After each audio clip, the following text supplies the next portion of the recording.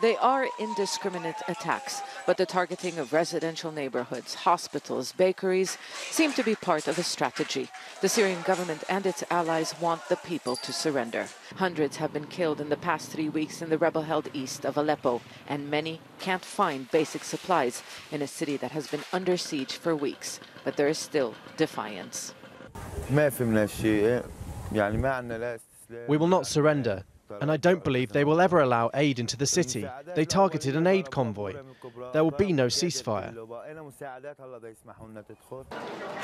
Leaflets dropped by the Syrian and Russian militaries have repeatedly offered safe passage for rebels and civilians to leave. But no one here believes the offer is sincere. How will the killers protect those they kill? This is not logical. People don't trust the Russians.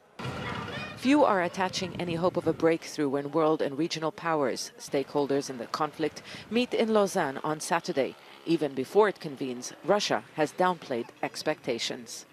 For the first time in 4 years, the Syrian government and its allies have the upper hand in Aleppo. The rebel enclave is besieged. The armed opposition doesn't have supply lines, and pro-government forces have taken some ground. So the question many ask now is, why would Damascus and Moscow agree to a ceasefire? The answer of many in eastern Aleppo is they won't.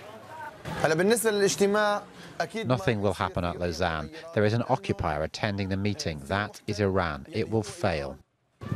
But the UN is hoping that a ceasefire can be agreed so that it can ease the suffering of the people trapped inside. Officials hinted that there are talks to at least try and evacuate the wounded. Of course, there cannot be medical evacuations without a ceasefire. That is very clear. How long the ceasefire will need to be in place for the medical evacuations, that is one of the issues that is under discussion at this point. People here are struggling to survive. These children may be taught to remain defiant, but they have seen the worst, and there is fear of what will happen next. Zeina, Khodr, Al Jazeera, Gaziantep.